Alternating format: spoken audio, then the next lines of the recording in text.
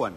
Thank you, Mr Speaker. And firstly, I'd like to thank the honourable member that's just taken his seat for his contribution.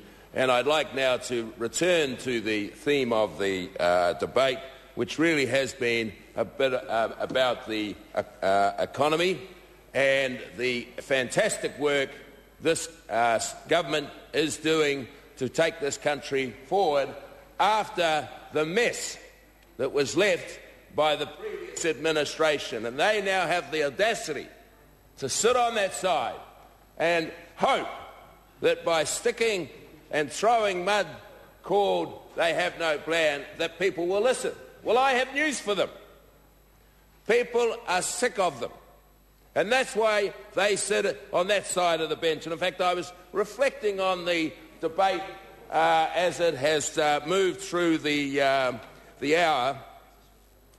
And I tried to think of some words that might capture the different approach that this government shows from that side of the House. And when I reflect on the 9 years, that they were in government, one could best sum it up by saying that their approach was to dispense and consume. Whereas this side of the House, we're focused on investing and production. And I think that those two phrases sum up the difference in approach between the two major parties. Because we have come in, and whether the opposition like it or not, we do have a plan. And we have a plan to shift the focus of what has happened over the last 9 years of a consumption binge with no productivity increases, no capital investment, to turning it around and focusing, no capital investment, none. Read the statistics, Miss King, read the statistics. No investment. Tradable sector gone downhill. The absolute going downhill in all the economic growth statistics.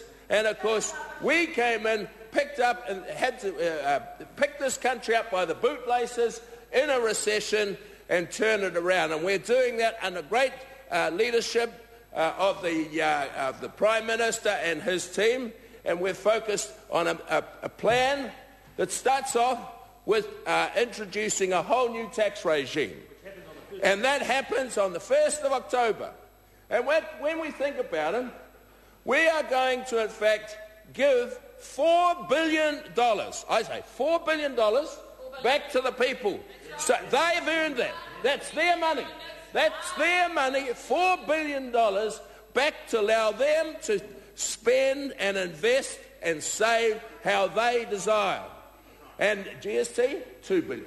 You see, so there's a net outflow to the people. There is a net flow to the wage and salary earner. There's a net outflow to the consumer. There's a net outflow to the people out there of $2 billion to enable them to do with it what they want.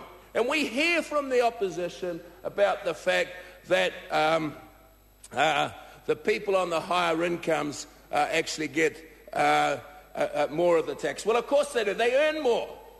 I haven't heard one of them offering to, in fact, to give their tax back to someone else. Oh, no. Have we heard anyone? No. See?